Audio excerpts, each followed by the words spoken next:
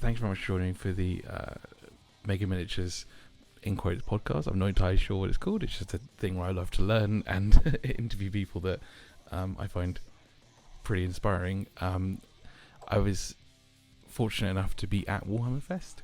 I took part in just the casual tournament, not the full blown thing like yourself, which I can imagine was rather tiring. How was that? 9 games. How No, was that for you? you just got to play like hour-long games with Iron Hands, and you don't have to really worry about long games. Not about 9 rounds. So each round you found actually be quite quick in the end. Were there any games in that took a long time for you? Yeah, the semi-finals and the finals were both like 3-hour affairs, but all my other games are pretty fast. So. Jeez, after a full weekend, you're just like, no. No, I'd only played about 4 hours of 40k up till game 7, so. Well, is it how did you say your first name? I don't get it wrong. Is it Inez? So it's Innes. Inez, cool. Thank you. I didn't want to be rude there. So Yeah, you're fine. But anyway, thank you so much for joining me. You took Iron Hands to Warhammer Fest and came out the champion. Extremely impressive, and I think there's been a view from people online where Iron Hands is the kind of like, you're going to take the army, that's the army to win with at the moment, all that stuff. Actually digging into your list, there's some real tech stuff in there that I haven't seen other people play or utilize, and you had this great article for Goonhammer where you went through some of the details in that last game you had. I'd love the opportunity to talk through your list. What inspired you to have some of those little tech pieces? I'll be honest, the real big one that's inspired, I found the most interesting was hiding your desolators inside like repulse, or just even having that option to have that, where previously people would be like, no, full 15 desolators, just really go full out. And you're like, no, 10 is a good number, I can keep them safe. Anyway, yeah, so we'll start with that. Is it best, do you prefer if I go through your list, or would you prefer to... I really don't mind, whatever you think is best. Please, you take through your list if you have it there to hand. Yeah, so I played an Iron Hand Successors list. I've been playing Iron Hand Successors on and off for the past, basically since Arcs of Woman came out.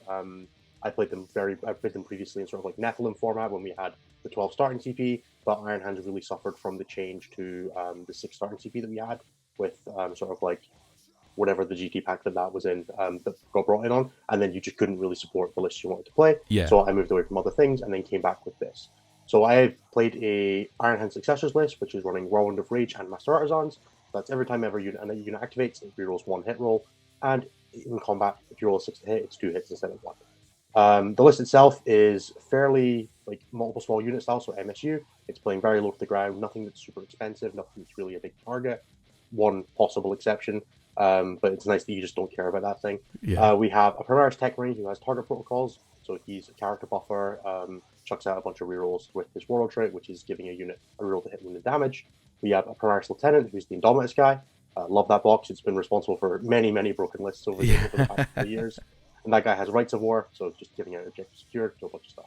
We have a squad of infiltrators with the Helix Gauntlet, therefore being objective secured and holding and now points. Being a 3-point bonus from Nice little free thing, yeah. It comes up every once in a while, but a lot of the time they just like get murdered with extreme prejudice, but it stops them taking chip damage, which is pretty good. Absolutely. Or like make sure your opponent commit more resources than they want to, because there's always that chance.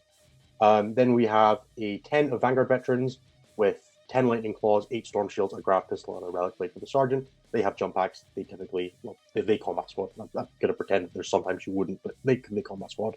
A 10 of Scouts with 9 Sniper Rifles, a Missile Launcher, a Camel Cloak, and a Thunder Hammer on the Sergeant. They also combat squad. They'll go into 2 Unspeakable Storms that we get to at the end. They're just a nice little... So those 2 combined to just be the fast units in the list and the things that can jump about. Grab points in the midfield, be annoying, be obnoxious, move, block, and then combat damage from the Vanguard veterans, obviously. Rounding out the elite slots, we have the Relic Contemptor Dreadnought, who is the highest damage unit in the game, is probably the closest. So that guy is carrying 3 of my 6 CP to make him a character, to pay for having a Relic Contemptor, Martial Legacy, and then to give it a warlord trait for 6s to hit, generate an additional attack, which means that with the 16 Volkite shots and 2 missile shots, any 6 to hit is an additional shot, which will almost always hit, because with the Tech Marine buffs, you're on 2s rolling 1s because you're Iron Hand. Yeah. Plus, being character, you can keep them just a little bit safe, and yeah. Well, a little bit safe or a lot of it safe. The guy takes damage once in a blue moon. he kind of just sits there and is like, I am the reason that you have to eventually do something, because you can't sit there and just take the damage over from this thing. It'll kill a knight in a turn if you give it the opportunity.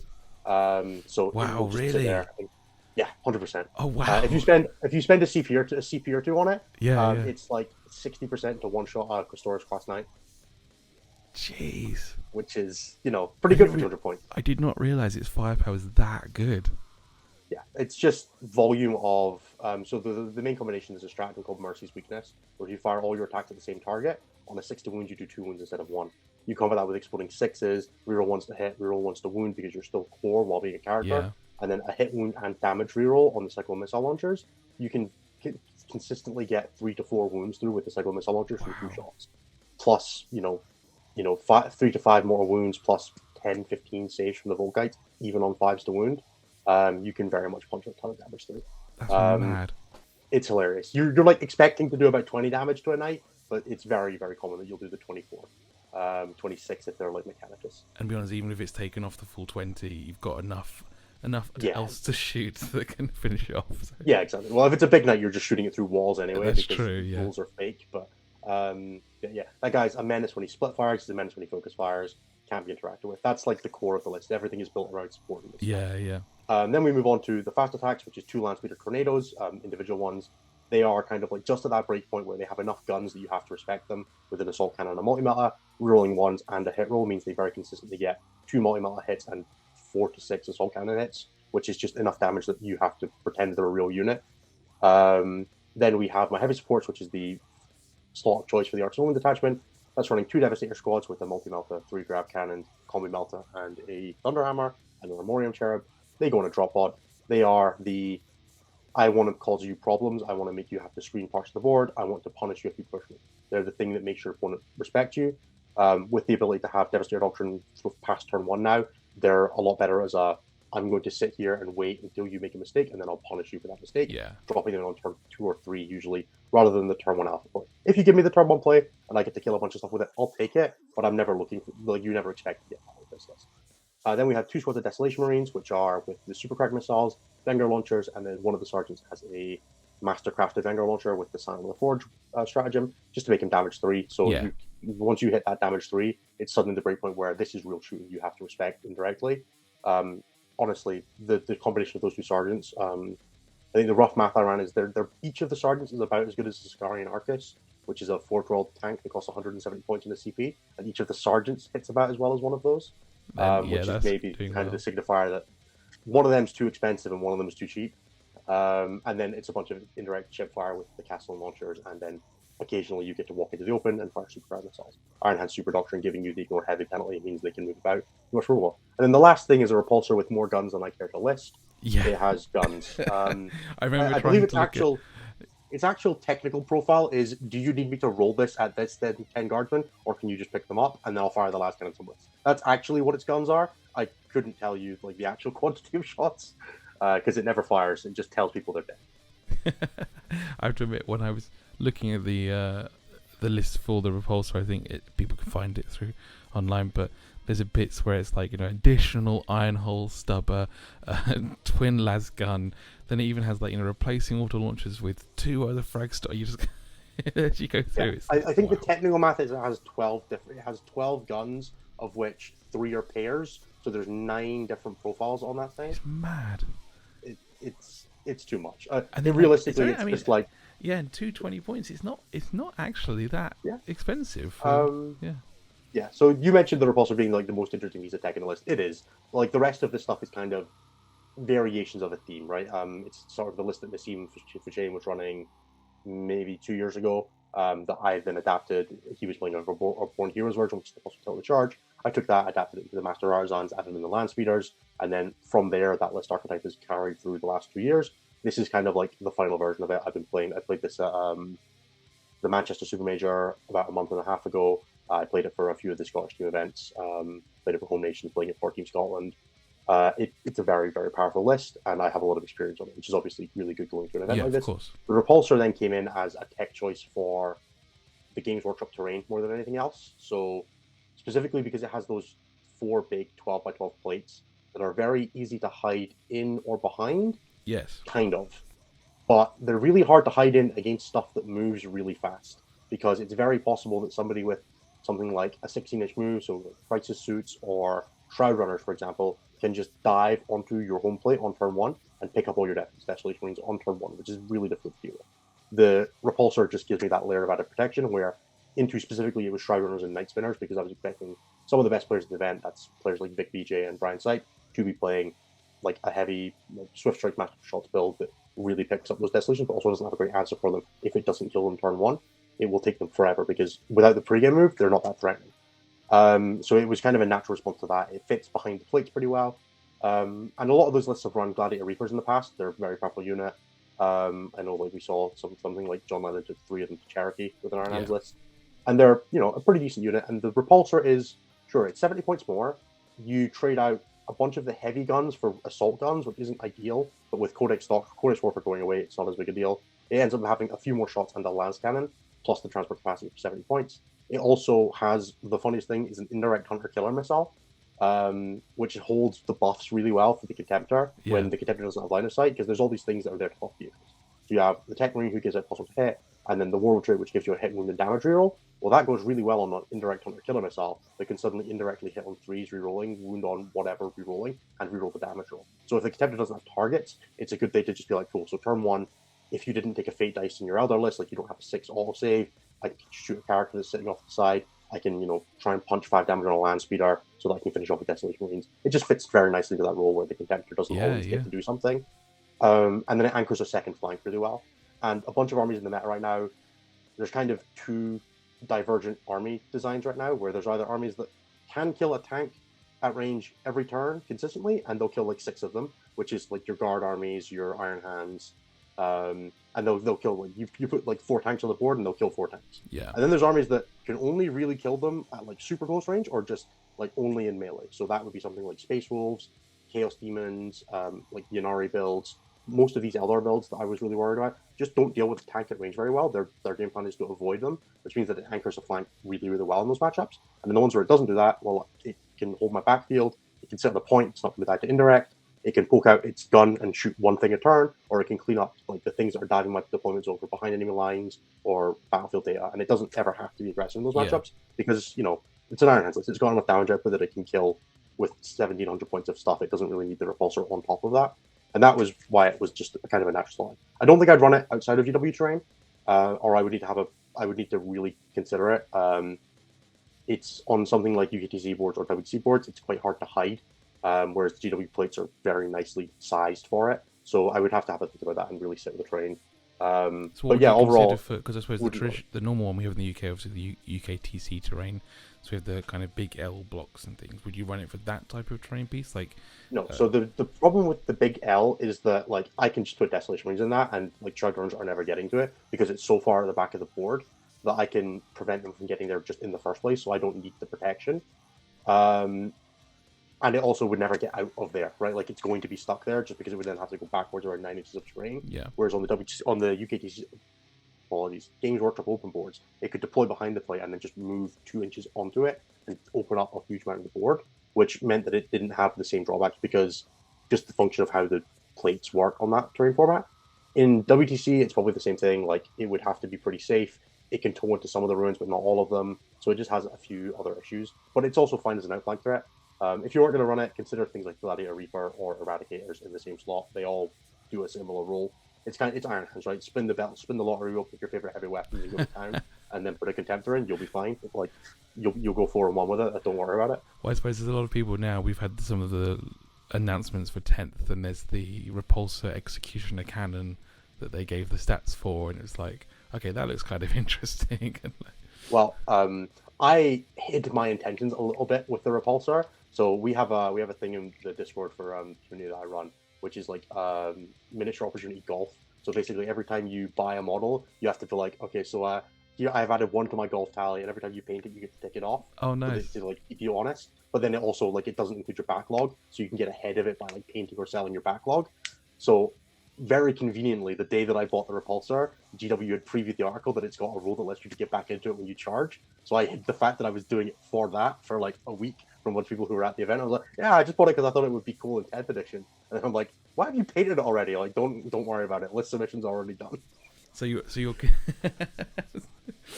Gotta gaslight your teammates always. Yeah. Gaslight your teammates. So is it something? I don't. Let's go through let's go through your matches and we'll come back to 10th because there's so much coming up and yeah. So let's go all the way back. So I think some of these will say from like round 1, you were up against. Oh no, come on, give me a thing. So round 1, I was up against Leonard Percival and his Space Wolves. Yeah, Space Wolves. Yeah. Yeah, and he played. This was his first ever tournament, so I felt very bad for him. Oh no! I'm sitting there at my 52nd 9th edition tournament. He got 61 points. He did. He did really. So that's one thing about Ironhides. It's very comfortable just sitting there letting you score. This was also recover the relics, I believe, which is just a good mission for passively scoring anyway, because I'm never really taking him off H without really aggressively pushing him. Yeah, so he was at his first tournament, and he kind of did the whole thing of. I get that this list does damage. You sat there and explained it to me, but how much damage could it really be? And put this whole army in front of me on turn 2, and I went this much and removed it all. Oh, and it was just kind of one of those where it's like, so he's pinned me in a little bit. I've gone second, like that's fine. I'm going to spend a turn digging out, and then a turn killing everything, and then by turn 5 I'll have all the objectives. I'll get my shock tactics. But because I had shock tactics, and I'm like always playing for that 100 because it just feels better. I'm like not taking him off 2 objectives. I'm like, cool, I'll take him off 1 this turn and 1 next turn to get the 8 on shock tactics and things like that, which is always a little bit, I don't know, always feels a little bit scummy, but also is just kind of the way it's played. No, but that's, in a way, you've got to play it like that. I mean, not to sound silly, that's that you have to get a huge amount of points. I mean, really, you can see even because this Warhammer Fest they introduced the bracket element, and I think even the announcer said, "Hey guys, you may not be used to this. This is something that is very more in the American side. We're doing the brackets, and unless you're scoring 100 at a time, you're just not getting into those reaches." Well, for what it's worth, the points actually didn't matter for this tournament. They were like the 3rd tiebreaker. It was actually opponent's game win percentage. So I actually spent a bit of time with him after the game going like, hey, here's what you should have done differently. Here's what you should do in your next game. When he got his next pairing, we had a chat about it. And he ended up going 4-2 for the tournament. And I think he had a great time. Oh, brilliant. But I was very, very happy for him because it obviously helps my tiebreakers because he's doing well. But no, dude came with an army to play, which is one of the problems. When you play against somebody who's not as good as you are, which is, a fairly common occurrence in open tournaments, unfortunately, it can feel a little bit like you can step off the gas a little bit because, you're going to win, it's fine. But when your opponent shows up and it's like, yeah, it's your first event, but you also have Space Wolves, and if you touch me, I die. Yeah. Like, I can't mess around with that. I have to end the game as quickly as possible, which always creates this weird discounted incentive where, like, I don't want to crush my opponents, but I'm not going to risk anything. Like, as much as I'm there for, playing the game, your enjoyment is not as important as my tournament results when I'm spending the amount of money I am to come to these things. But, completely, yeah. No, we had a great game with the guy. It was really good fun, and I was super happy to see he ended up going, like, he won the next game against Oldway. I think he dropped his game 3 and then won 3 games on the second day, which was really cool. That's brilliant. And then second round, you came against the threat you were a bit nervous of with some Eldar. So not this specific list. This was so the specific list I'm worried about for Eldar is a Masterful Short Sword Strikes list, which is like very different from a Ynnari list. Oh, okay. This was Benedict Borrowdale in Abandoned Sanctuaries. This was I couldn't have written a better scenario to play against this list, unfortunately. I don't know if you saw the layouts for this one, but we were playing on layout 3, which is the one that has like the 4 ruins in a diamond around the board edges, and you're playing short deployment. So there's literally not a ruin wall in your deployment zone. I can put a picture of it on the screen. So. Yeah, there's not a ruin in your deployment zone, and both of the side objectives are fully exposed. If once you're standing on the objective, you can just be seen, which meant that I put a repulsor on one side and a focusing tent on the other side, and shot anything that stood on an objective, and both of them could see an objective each and the middle, and behind the diagonal onto the opposite ruin. So there was nowhere he could hide at all. He couldn't stand on any objectives without dying, and he couldn't get to me without running across a turn of open space, and there was no pre-game moves. Like, if I had written a scenario, like, if I was writing a scenario and I was like, hey, people would be like, you got to tone it down, man. I don't think there was a single thing you could have done this game. It was really unfortunate. Just a really, really bad mismatch, and I also knew my win conditions and just played for that. So, yeah, Benedict had a rough time. He ended up actually playing against Iron Hands, played by a friend of mine, later on, and winning that game. So there's definitely potential there. But I think I was always going to win this game. Under these specific circumstances, it would have been a lot closer in a better mission where he could hide and score primary, but that just wasn't a thing for him, unfortunately. Actually, a point we kind of maybe skipped over from that first one is, were you trying to stick to very similar secondaries throughout the game to make sure you get the 100, or were you making adjustments throughout to depending on So what you're facing? almost always pick no prison, oath of moment, bring it down, and shock tactics for this list. Not bring it down, raise banners and shock tactics. Just 3 consistent secondaries that I will almost always score good points on as long as you're playing the game with me. Shock tactics can be a little sketchy, as we'll get to towards my my game 9. But it's usually, it's going to be 8 to 12. If you're trying to mess with my primary, it'll be 50 because, if you're messing with my primary, definitionally, I'm going to score shock tactics, which is taking an objective that you're going to control at the start of the turn. So all you end up having to do with that situation is just playing your game and like getting 100 points is more of a mini game at this format. Like it's not a thing that actually matters. It's just like if I can get 100 points in all my games, it'll give me something to care about in these early games where I'm realistically not expecting to play a challenging game. It's good for that. Suppose, like, feels final crap to say, doesn't rankings it? and things like that. No, it's just there for the banter. If I'm being honest, like scoring 100 points does not matter at all in this format. It was just a thing I was doing because it was there and it was a thing I could try for. The list naturally gets 100 points if it goes second because open moment's so easy to score because it's a bunch of end of battle round clauses for standing in the middle, which is great. And I went second my first 3 games, which helped 100. And then my game 4, I think I just went first and rolled over the guy, but we'll get to that. But yeah, no, the secondary game plan is usually those, and then if there's a kill secondary that I can slot in instead of one of those, I will usually do that. And then occasionally, if like shock tactics is going to be really bad, I'll take behind enemy lines or a kill secondary. That's kind of it, but it's not like you're not playing for 100, like you're playing for the win. The 100 is just the thing that you like. If you can get it, you go for it. Yeah. Because why wouldn't you? No, that makes complete sense. Yeah. And then heading into the third game, we've got Shooty Army versus Shooty Army, but a slightly odd-looking one. It was a Tau list with a lot of crew. This was not a shooting army, unfortunately. Yeah, when I instantly see Tau, I'm like, okay, that's shooting. And no, there's like one Riptide, and that's about it. Matthew Clare and his 140 crew models.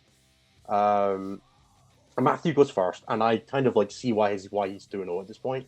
He basically jams 36 crew rounds into my deployment zone and like charges a bunch of stuff and just like starts tagging things. And I'm like, oh, okay, I can see why this is 1-2 games, despite the fact that it has a Razor Shark, which is a really, really terrible flyer that has like, it's like the gun version of the Sunshark bomber, but has less guns and also doesn't have bombs, but is 10 points cheaper. It's like worse in every way, but is the heavy damage one. It's quite funny.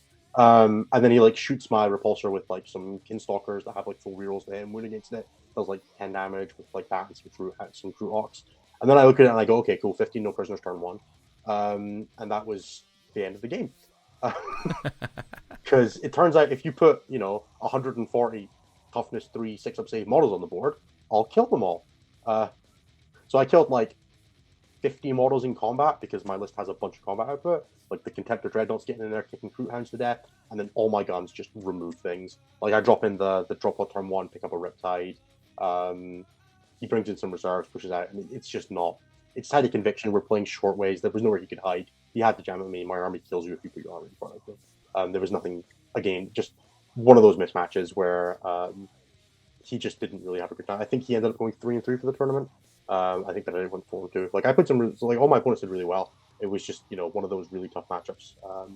I would have been disappointed in myself if I'd lost this one, if I'm being honest. 140 crew models is not something I should be losing to. No, to be honest, as I turned it, I said Tau, and I'm like, oh, shooting versus shoot. No, that's not. There's nothing in that list that looks normal.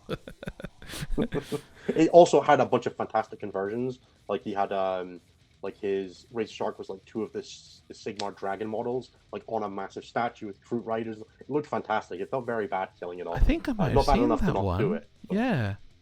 Oh, very cool. That's very nice. Nice. Then on to next day, you faced into a lovely demon list. You got a Lord of Change, Bloodthirster, Bellicor, and a Scarbrand. That's some nice big targets for you there.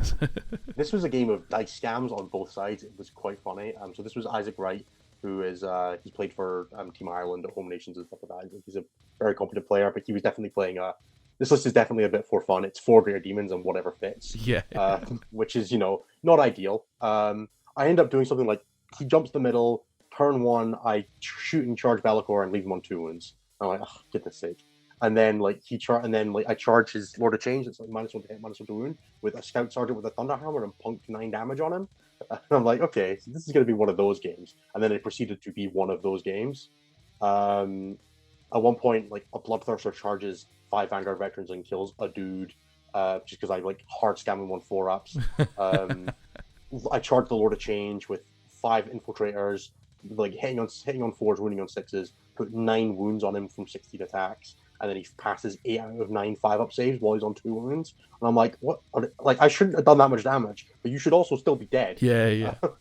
It's just one of those games constantly, but unfortunately, the Iron Hand scoring is just better when I have models left at the end of the game, and he doesn't. He could never really deny me primary. I got to bring it down instead of shock tactics this game, which is much easier to max, which ended up just being another 100-point game. But Isaac played it really well, played to his win conditions. Things like Scarbrand not killing 5 Devastators in combat, which is not a phrase I think anybody should ever have to say. I got to do cool things like, so Scarbrand has a 6-inch aura you can't fall back, and a 6-inch aura plus 1 attack. So I had my Devastators in combat with his Lord of Change, and I piled the Sergeant into a 6 of Scarbrand, punched the Lord of Change, failed to kill it, and consolidated back out of 6 so that I could fall back in his turn, but instead got in the plus 1 attack. Just little things like that. That always makes it good fun. Nice. And nice. Isaac was a great player to play against. Nice to do the game for. I have to say, I do love big demon lists. There's something about them that just... It's silly, and I think that's sometimes it's got to that Be'lakor feeling has got that Be'lakor preview has got me feeling feelings. The one where you like just can't shoot units within 6 of him unless you're within 18, has got me like, I'm getting my Be'lakor off the shelf. I'm gonna go paint a Scarbrand. I'm a big fan of big demons. So. Nice, I love it. And then so the next game, this is a towel list that does look a little bit more shooty, although I must say... normal towel list, yeah. I must say, the list is incredibly confusing as it's all into one big paragraph. It's all in one block of text. He did have a print copy of his list, thankfully. Nice. The broad stroke to this is it was a big Crisis Bomb, 2 Riptides, and a 5 of Crisis Suits, and then like a Commander and Shadow Sun to give full rerolls to those broadsides. This one, unfortunately, was one of those games where I went first in Vital Intelligence, and he had to redeploy everything backwards and just never got access to the board because, well, he can't ever come forward because I drop on him. He can't stay where he is because I outscore him. And he eventually just had to do something, and doing something is how my list kills you. Yeah. So he did something, I killed him, it didn't matter. He had also like taken enough chip damage, like the Desolation Marines had picked up most of his drones in his Crisis Squad. So when he pushed them forward, the Devastators came in, killed 4 of them.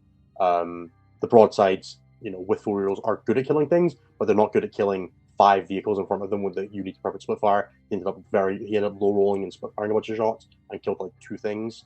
And just didn't quite get the damage through because I made them move, which meant they were hitting on 5s rolling, which just introduces all these opportunities for low rolling. So that ended up being a complete, unfortunately, just a complete blasting, just because Tau secondaries are super backloaded, so he had to aerospace target and realize decisive action. And on his turn 4, he didn't have enough units to score decisive action with, which means he's never scoring points because all his secondaries rely on him being alive for turn 3, 4, 5. He's trying to do the same thing I am. He just isn't as good at it as I am. And he just had less access to the board. If he had gone first, it would have been very different. But that's not the world we live in, thankfully. Absolutely. So yeah, that was the game that locked you for top 16. So that was the end of game 5, and I went in as I think first or second seed from the top 16 because my opponents had all done really well consistently through the event. I didn't play anybody who went worse than 3-2 up to that point, which is always nice. Was that a good feeling to kind of like know you had that? You're in that bracket? It's always one of those like you're good enough to do it, right? But you have to actually to go through the motions sometimes. It often feels like that at some of the bigger events where you're just like, I know I'm reasonably fairly likely to not play another top player until the last couple of games, right? Like you're going to go through the open, you're going to play people who are good but not the same caliber, and you shouldn't lose those games as a top player. Like that's kind of like the way you be a top player is by always consistently winning you win the layups, right? That's how you maintain like an 85-90% win rate, and then you play the tough games. So knowing that I hadn't played any really tough games at this point, like I had played, competent opponents, but nobody that I was worried about winning the tournament. It was more of a cool. I've done my groundwork. I've done the homework. I can now actually take the test, which I rolled speedily into double Astraeus for round 6. Yeah, I was just looking at that. So Iron Hands double up, starting with 1 CP, so more than you, and then it's 2 massive tanks that I mean, you have to give hats off to anyone that's going to do that anyway. Yeah, Dave Irvin's been playing this list for a while. I actually played him at the Manchester GT, the UKTC one, like a month ago. We I played feel, in did he round come? 5 Did for he? that one. I feel he must have been at Nottingham because I swear I saw that army there I'm as pretty well. sure he was in Nottingham. I don't know if he was playing it at Nottingham. I swear I saw someone like 2 of those tanks, and I just thought, what are you? There's actually a few people running around with it now because it's really? weirdly good at just crushing bad lists. Like if you just can't deal with it, it just stat checks you off the board. Unfortunately, there's this whole thing called having more than 18 wounds. Having more than 18 wounds that makes you really bad at taking damage. We actually played this game on stream. He sets up his army in his opponent's zone. How was that? Was that? Oh yeah, I played 3 games on stream. I love playing on stream. Playing on stream is great. All good. We weren't mic'd up, so you could like have the standard banter. We just had to feed back to the people watching us, which is very different to playing on mic. Playing on mic can be a lot more stressful because you kind of have to watch what you say. Yeah. There's a lot of like the commonalities of playing top level 40k where you just kind of assume things with your opponent, like because by virtue of we've played each other before, we know what we're about. Like we're okay with each other being sloppy as long as it's like manageable. That doesn't come across great when you're mic'd up because sometimes it can be a little bit like it doesn't translate well to an audience because they don't know that you're in your inside language a little bit. So it's always a little bit different. Playing non-mic is great because the commentary fixes everything for you, and they just assume that they don't know what you're like. If they see something that's gone slightly wrong, it's easy to just assume that you guys have spoken about it, and usually you have because we had a judge team there. But yeah, no, this was a really good game. I ended up looking like I went first at this one, which is fine. I'm not super fussed. And I sit there and I look at his deployment and I kind of measure a couple of things. And like there's these central ruins on the layout too that we played on, where I could have put my drop pod down behind it and gotten all my devastators out behind this little bit thing in the middle, and then gotten a Landspeeder Storm, which you can disembark the scouts after the Landspeeder Storm moves, moved to 18, and lined this piece of terrain on the other side so that his Astraeus couldn't tow onto it. It wouldn't have been able to get onto the terrain piece, and just shoot him turn 1 with no drawback, and he would not have been functionally able to interact with that, which would have just ended the game turn 1. So we ended up like midway through my turn 1 movement phase, I was like, hey, this is the situation. I think you can fix this by moving it back a bit. Do you want to move it back? So he ended up just like redeploying one of his Astraeuses to a safer position. And that ended up just like, because he had to do that, because otherwise the game is over turn 1, he just never had any forward pressure at me. Because at that point he then, like, yes, I couldn't access him, but he could never access me, and my passive secondary scoring is better than him because I'm not spending 1,200 points on 2 stupid tanks. Yeah. So, I have actual scoring units that he doesn't have, and then I just built his small scoring units and just staged up the board, pressured him. Eventually he has to try something because otherwise he loses. The second he tries something, the same as the Tau game, I kill it all. I believe at one point on the stream, my drop pod comes down, the Devastators get out on turn 3, and they can like all just see an angle on this one Astraeus. And then the stream cuts away, and it comes back, and it's that was the top of my turn 3. It comes back, it's bottom of my turn 4. Both tanks are gone, and I'm all over the board. But yeah, just another one of those mismatches. That list doesn't have the capacity to trade with me on points, which means it has to make damage plays, and you can't make damage plays into my list because making damage plays on me, it's all uninteractable. It's speeder behind walls and a thing in reserve and a character that you can't shoot. So he comes to me and then dies. Also, the wonderful thing about Astraeus is yeah, sure, they're toughness save with a 2-up armor save and a 5 invulnerable save until they take 6 damage, at which point that invulnerable save goes away. Yeah, because you get rid of their shields first, right? Yeah, once you get rid of the void shield. So they're 36 functional wounds, but once those void shields go away, Melta just goes straight through them, which is really bad when I have a ton of Melta. Yeah, because AP5 with Devastator Doctrine. So you just make him take a bunch. You've got the one, everything. Yeah, just make him take a bunch of 5 and 6 up saves, even if he's got the psychic power for +1 save. Meant that it just didn't matter. The only really cool thing in this game was I went for the glory kill. My Landspeeder Tornado split fired and killed both of his infantry characters, and I really wanted him to get the Dreadnought kill, and he missed it by a wound. So I could have said that this Landspeeder Tornado killed all 3 of your characters. Didn't get it. Was very disappointed in myself. He would have had to be named then at that point. You have to... Oh, he's definitely called Tornado 1 at this point. I think that's he's earned that.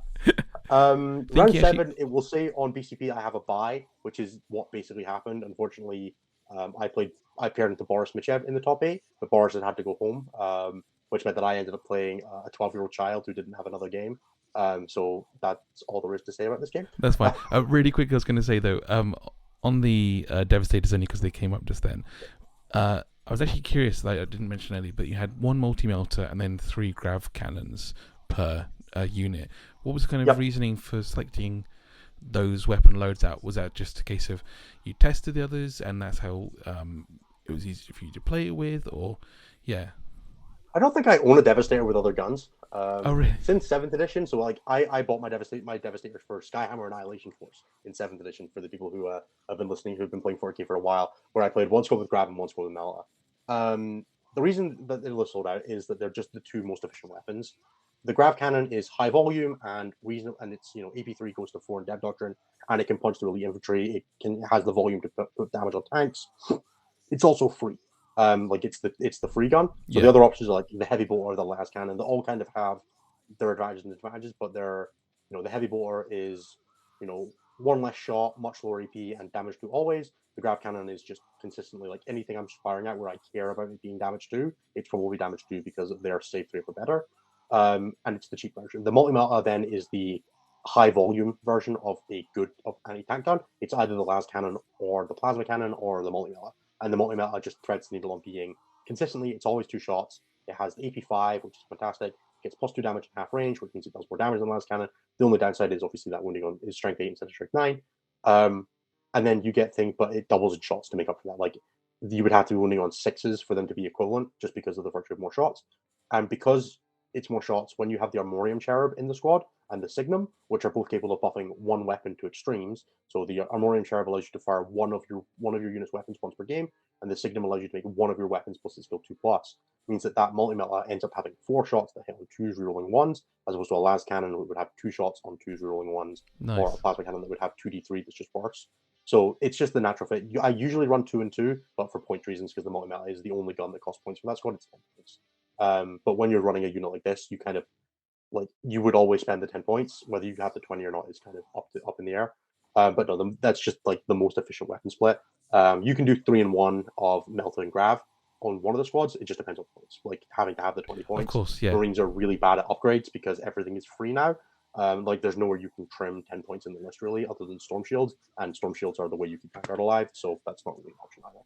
Cool. Yeah, sorry, it was just something that came up when I was looking through and trying to figure that one out, so I appreciate that. So you said you had your 7th, which was a buy. What was it? What was the kid playing? So I would have been playing against World Eaters, but Boris, like I said, had to go home. Yeah.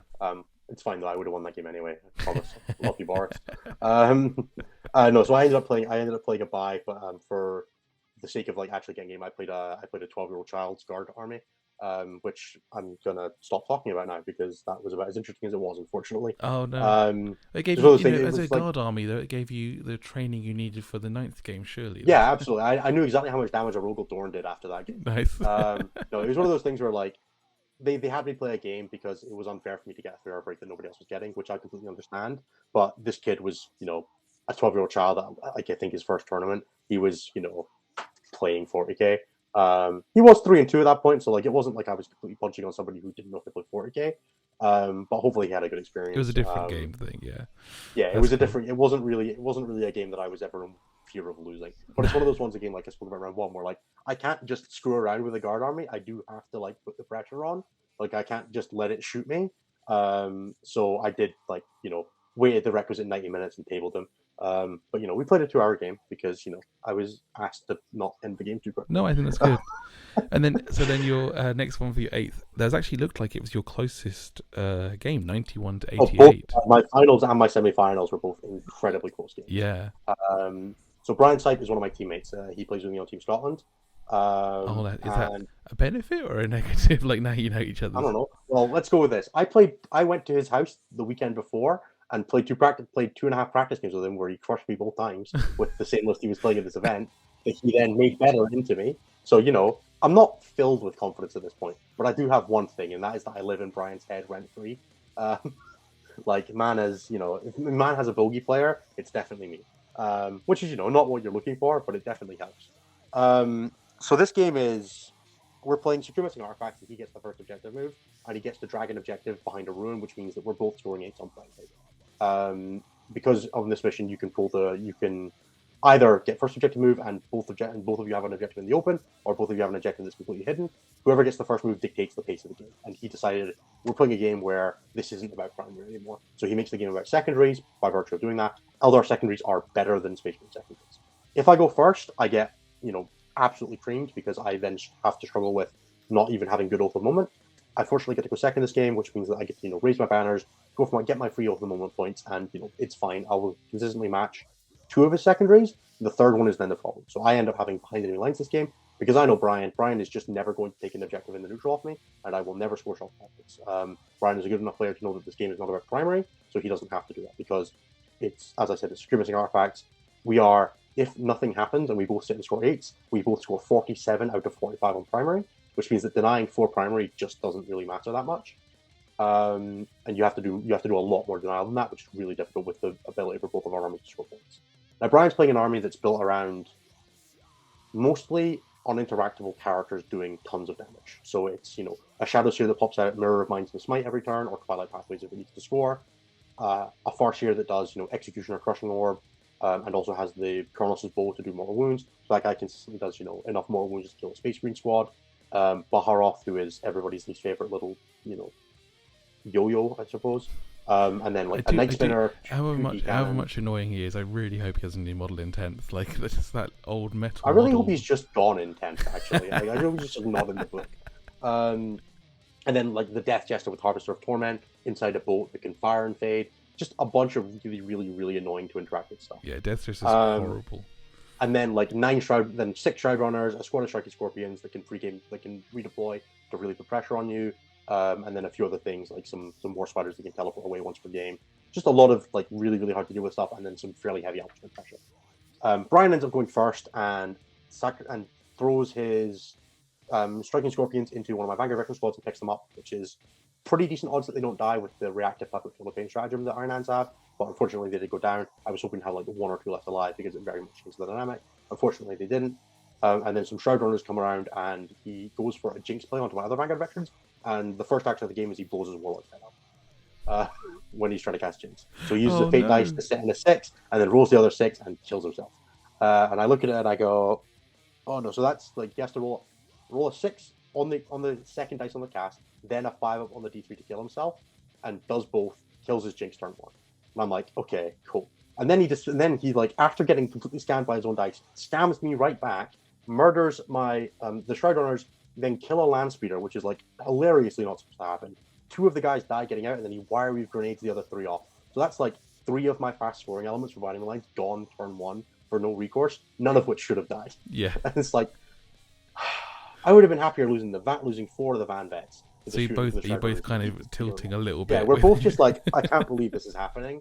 I then do the cleanup. I kill all the stuff in the backfield. I don't push from Binding Lines turn 1 because I don't really have the fast units. I grab my Oath of the Moment with a Speeder. Now, this is when I go for the way I like to play the game into Eldar with this army, because I'm not going to win if things go average, is you just start giving the other army opportunities for things to not go average. So, like I mentioned, Brian has a ton of uninteractable assets. So what you do is you give him just enough that all of the uninteractable assets aren't enough to kill all the things you put out on average. So you're like, okay, so here's, you kill 2 speeders pretty consistently. So here's 2 speeders, the guys inside the speeder, and another thing. And then he has to commit real resources, and I can kill those real resources. And eventually, one of those uninteractable assets will low roll, and I'll have a spare thing on top of that. So I'll take resources off him, and I'll keep one of my things alive. And that was what happened a couple times. So he goes for the kill onto a 1 wound. He goes for the kill on a speeder, misses it by a wound. That speeder grabs me behind enemy lines because he committed a bunch of stuff to it, but he was very conservative about what he committed. Something low rolls on one side of the board. He has to pivot his plan to deal with the things that he has to deal with the pressuring his home, and then I get my secondaries. And I just continually fed into that chain of, hey, I have a ton of stuff. You eventually have to commit resources to kill my stuff, or my stuff gets to do things. So the other squad of Vanguard Veterans jump to the middle and sit behind a piece of terrain where he has to commit really deep to shoot me. And then I also put a bunch of stuff that's threatening to jump his objectives. And just eventually, the pod comes down on turn 3. I pick up a bunch of scoring stuff. I kill his Death Jester dies at one point, and he just starts losing resources. And eventually, he doesn't have enough stuff left to stop me pushing his home objective. At which point, I push his home objective. He gets a 4 on primary. I deny him the 3 on priority targets, and I then get my I get a 3 and then a 3 and then a 4 on behind enemy lines. I've held him down to 8 primary. That's the difference. That's the 3 points on the game. I think it actually was like we like quickly counted the score towards the end of the game rather than putting in like because it doesn't matter at this point. Like you're just putting in a score to feel like the game is over. I think he actually was 3 points lower than that because he wouldn't have got the priority targets. But it was still a really close game. Bayern played it fantastically. The biggest scam of all time also happened. My mastercrafted Vanguard launcher on Overwatch killed a solitaire from full health. Yeah. So that's something. That's something to write home about. Sure. Dude, it was insane. So he pops out the solitaire and goes for a blitz. We go with my Desolation Range, which is you get 2d6 additional movement as the solitaire. So he rolls a 7, which is smack dab average. He moves 17 inches, which means he needs a 9-inch charge. He proceeds to boxcars his 9-inch charge without a reroll, and I go, hold up. I said I was overwatching. Wow. And I go to roll the Overwatch. So that's 5 D3 Castle MSL shots with D6 Vanguard Launcher shots. And I am hitting on 5s because I am in a room, which means I get to do the hold steady set for the defense. Yeah. So 5s rolling 1s, 1 free reroll on the Vanguard Launcher. I proceed to get like 11 shots on the small guns, and now the solitaire is up to a 4+ save rather than his old 3+. Only a 4 up save. Yeah. So I proceeded to hit with like 5 of them, put 5 saves on him, and he fails one of them, and he's like, hell yeah, cool. I need to fail 2 saves on the Vanguard Launcher to die now. And the Vanguard Launcher proceeds to go, yeah, how do you feel about 6 shots, 5 hits, reroll the 1 miss into a hit with Master Artisan's reroll, 5 wounds on 3 rolling 1s, take 6 saves, and he goes first, and then he goes to start slow rolling them because if he wants to use a command reroll, he has to slow roll them. Rolls the first 2, fails both. And it's like, just picks the model up, and then like the live stream like zooms in on the slow motion pickup. It was so funny. The guy couldn't have happened to a nicer guy. Yeah, I mean, solitaire. Honestly, I last time I used a solitaire was when it had the 3+, and it was a beast. To be fair, he would have died on 3+ as well because it was a 1 and a 2. Oh no! So it was even more ignominious. No, but the worst thing about that was because he hadn't even had to use the command reroll on the 9-inch charge. Baharov could command reroll his charge and ended up getting into my scouts. Yeah. It's just like continually, like I said, both of us just getting hard scammed the entire game. Like there was one point where he put like 2 bikes into my deployment zone for enemy lines, and the only place they could go where they could shoot because they could move after Twilight Pathwaysing, they had to be in heroic intervention range of 2 characters, and they'd already taken a damage. And I proceeded to heroic in with 2 characters, hitting on 4s with exploding 6s, and didn't make him take a save. I'm just like, come on, guys. But no, it was a really fantastic sounds like game. a great game. It was a great game. Obviously, playing your teammate is always like it's nice in one sense because we knew one of us was going to the finals. Like a move was always locked, and we also knew one of us was getting a golden ticket because at this point the top 4 was myself, Brian, Manny Chima, and David Gaylord, and myself, David, and Manny all already had a golden ticket, and Brian was locked for 4th place, which meant it would guaranteed fall down to him. So whatever happened, he was getting the ticket, which is what he really wanted to go to the Atlanta finals. This is the golden ticket to the the golden ticket. Yeah, to go to the World Championship finals in Atlanta in November. So Brian was really, really looking for a ticket for that, and he was guaranteed at this point. So there was a little bit of the pressure off. We're still playing for the all expenses that the actual winner gets. So there was still like that would be nice. So there was still obviously that pressure there, and you want to be the one that wins. But it was nice to know that even though it had gone badly for Brian, we're still getting something. Yeah, it's a nice feeling over the whole thing. Yeah. He ended up playing Manny in the finals in the other finals for for second, third, 4th place, and he destroyed Manny's Deathwing Tower and just took him off the board in an hour. So massive props to Brian. He's come a really long way. That's brilliant. I'm still really surprised Manny took Dark Angels for this one. I had a chance to speak to him, and I think the reason he gave was he said that his teammate said, wouldn't it be great if you still won with Dark Angels even after the thing? And it's like... I think Manny's been a little bit bored as well. Yeah, it probably would be funny if they'd won that. We don't really own any fast-shooting armies. Let's just play something else. Because fast-shooting armies are what we're great on. So after that absolute slobber knocker of a game, I rolled straight into David Gaylord's guard. Which is an even tighter game. I mean, you're tight. Yeah. It was a 3-point game as well. I'm all about the 3-point win. Doesn't matter how much you win by, as long as you win by 1. So yeah, this was another just absolutely fantastic game. David is playing a super different version of the sort of standard guard list. So he's running Armored Superiority and Swift is the Win, which is to say all of his vehicles count as more models for the purpose of holding objectives. So Sentinels are 3, Chimeras are 5, and the Dorn is 10. And then all of his stuff gets +1 movement or +2 movement if it's cavalry or a vehicle. So all of his Sentinels are movement 10. His Leontis is faster. His Dorn is able to advance 20 and still shoot. Just things like that. That's ridiculous. That you just fill you a little bit with fear. And then he's also got these two very heavily melee spec command squads that have got like combat relics that are just designed to run at you and like hold you up and grab the extra point for standing in the middle of the board for boots on the ground. Now, Guard have a fantastic passive secondary scoring plan. I don't know if anybody's noticed recently, but if you put banners and flexible command and boots on the ground, you basically score 40 without trying, which is what David proceeded to start doing at me. And I'm sitting there with shock tactics, which is take objectives, because I'm looking at it, I'm like, okay, he's playing a bunch of stuff that's really good at diving my objectives and tearing down banners because he can just get on them and deny me points that way, deny me primary. I want to punish him for trying to do that. And then David proceeded to go, cool, bet, I'm just not going to do that then. And gave me a 0 on that secondary for the first 3 turns of the game. This played out very much in the same kind of way the game with Brian did, where if he puts stuff in the open, he can kill it. I can kill it, like straight dead. And I have a bunch of unattractable assets because I have the Desolation Marines, I have the Contemptor. He has the capacity that for a few turns, everything I put in the middle, he can kill. Now, he has one unattractable asset, which is to say he has the one squad of Sentinels can use the Fire and Fade strategy to move after they shoot, so that he can have one thing that shoots and then can't be shot back. I have 2 things, or 3 things with the Desolations and the Contemptor. So what I have to do is put enough in the middle that he has to commit the Sentinels that can kill them for free and another thing. And if he ever doesn't, then I get a thing in the middle, which is how I start winning the game. So he eventually, like turn 1, he does nothing because he goes first. He decides he doesn't want to push me. He doesn't want to take any objectives to give me shock assault. So he just like redeploys a little bit of stuff around to make his position better.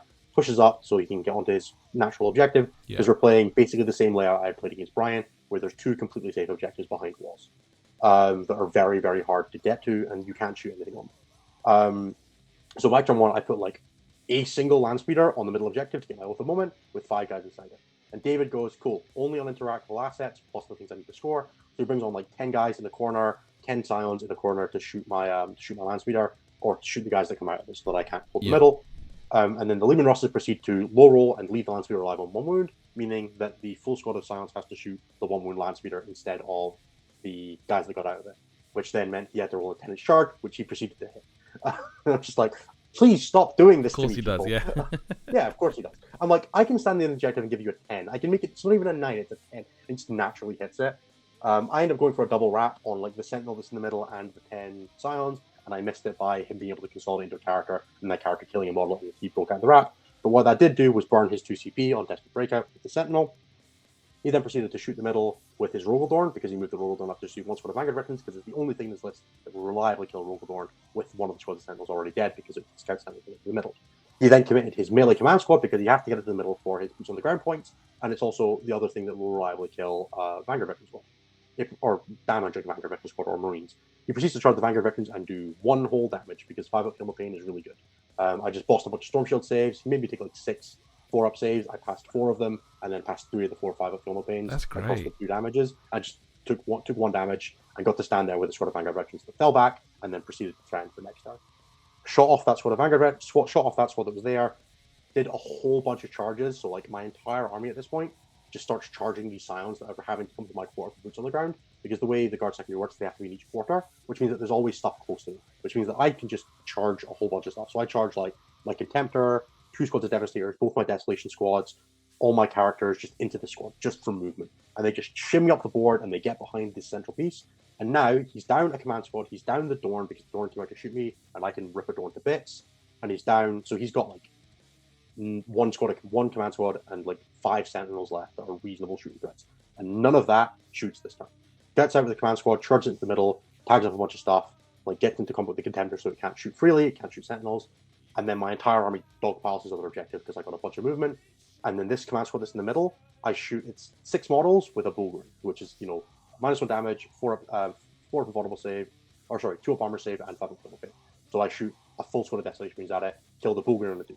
And then, there's 4 guys left. So I shoot 3 Desolation missiles at it, kill 2 of them, and then my entire army charges the last 2 guys.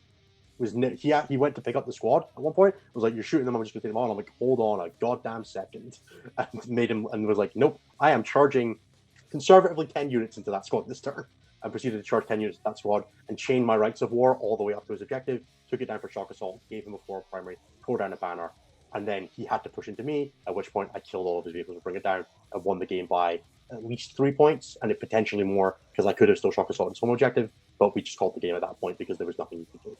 Yeah, And it was just that patient waiting game. Once you've won it, you've won it. Like, yeah, exactly. It was like they were like closing the hall down around us. They wanted us to finish. oh no, So really? we were, yeah. They were like, we need your game done by 8 o'clock. It's like 7:50, and we're like in turn 4, and we're like, it's fine, but it's gonna be like we're gonna have to play quickly. I don't think it would have been like hard dice down. They were just like they were trying to get us to Yeah, which is fair enough. But yeah, it just ended up being a case of David had to continually commit assets to the middle in order to deal with the things that I was staging into him, and he ran out of things that could stage the middle before I ran out of things I could, do that with. And eventually it broke through and it worked. I do think I gave every single person watching at home a heart attack as they watched my go into turn 4 with 0-1 shock tactics. And so like, you're losing this game if you don't score that, and I don't think you can score that. And I'm like, I know I can score this. Yeah. I'll be fine. As I'm sitting there like actually bricking myself, but they're not going to score it. Proceeded to come out and be like, yeah, I never didn't have it, guys. 100%. I always knew. Because why wouldn't you? But yeah, that was Warhammer Fest. It was 2 of the toughest games I've ever played, and 6 other games that were, fairly comfortable. I think the last 2 made up for all the easy ride I had going up to it. And you can only play the people in front of you, unfortunately. I would have loved to have played a bunch of the other really great players in the tournament.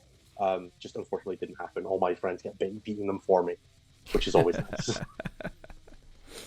Well, that's an amazing run, and yeah, so good.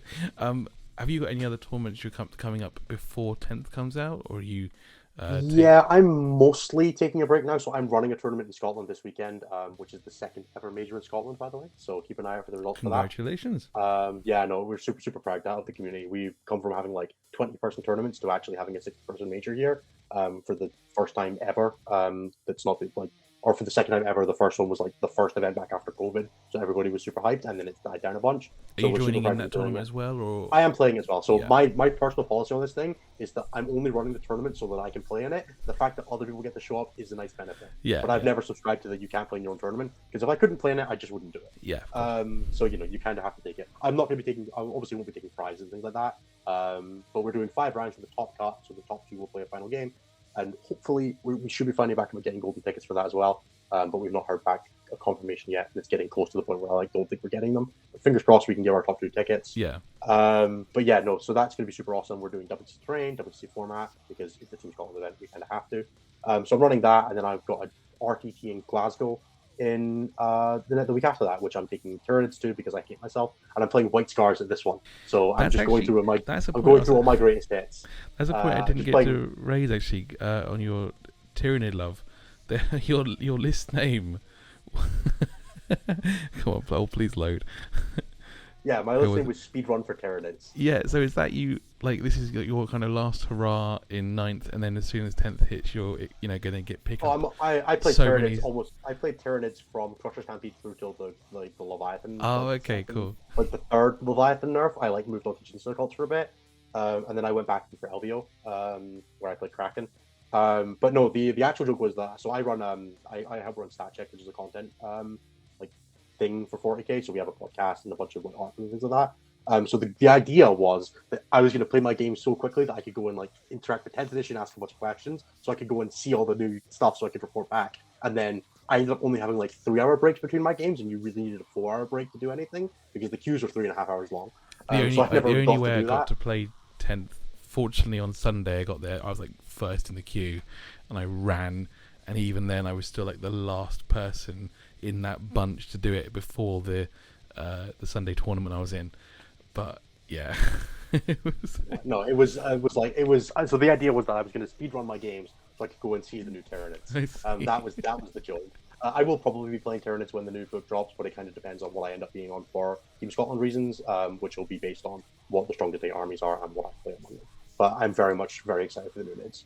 I was going to say, so what's the army you're really going to be focusing on first of all in 10th, of course, and if Tyranids. Yeah, so it's kind of up in there. I'll play whatever is strongest from among my wheelhouse. So I kind of have 5-ish armies that I circle between. So demons, Death Guard, Chaos, vaguely Chaos Soupy stuff, Tyranids, Chancellor Cults, and Space Marines, and then Imperial Knights if I really just want to have a weekend off.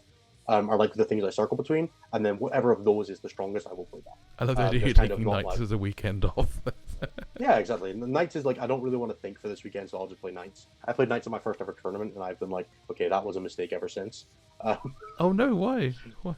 Because it was the dullest thing of my life. You're just sitting there, you're like, okay, I'm going to roll 4-ups at you and hope that I roll more than you roll. And that's the entire night experience. No, I played Chaos Knights at one of the ETCs, so for Team Scotland, and it Yeah. was like the low scorer on the team. It was awful. I hate playing Knights; they're so dull. But they're great if you just want to brain off like you're TOing or something like that. It's great for that. Like I'm playing all melee White Stars this weekend because I don't want to think too hard while I'm running a tournament.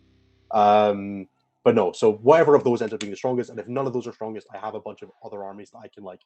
If in a pinch I could get up to standard, so I have most of a Votan army, I have an Admech army, I have Guard by virtue of having cults. So like if there ends up being none of those, I'll move on. But I'm not big on faction loyalty. I have like very little reason to stick with things just by virtue of the things I have to do for both my job being 40k and Yes. having so much commitment to Team Scotland. I will play whatever I need to do for the team environment, which often isn't what I would want to play in singles, but tough luck. And that's just kind of the end of it. So yeah.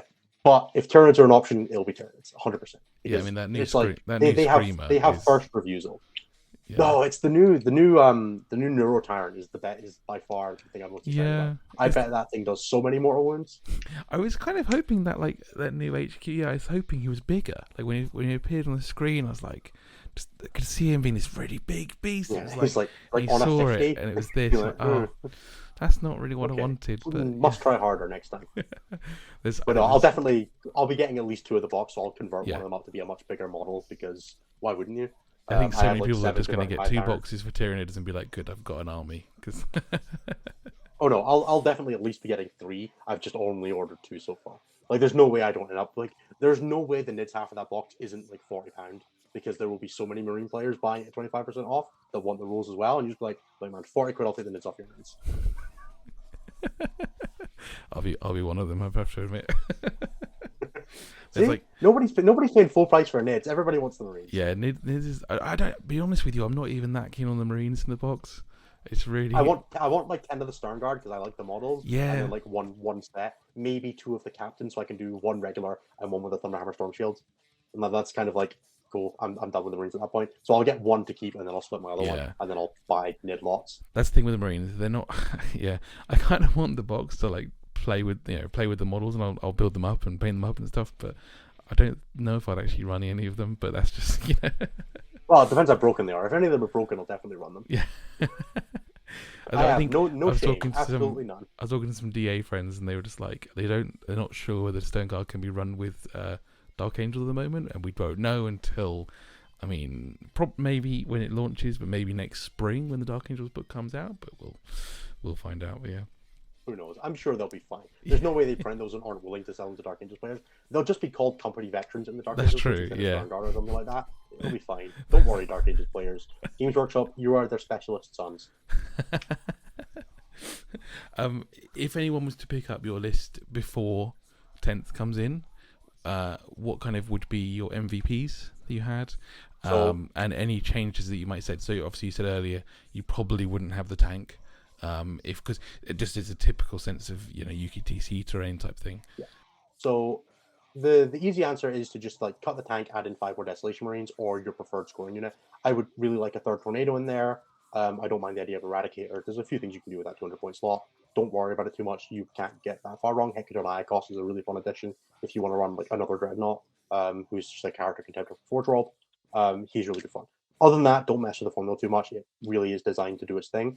The list is a lot more patient than you think it is. It's mostly about waiting for your opponent to give you something and then punishing them for giving you something or allowing them to make a mistake. Sometimes that mistake will be turn 1 when you can just like slam a drop pod, 24 turns of deployment zone and delete half their army.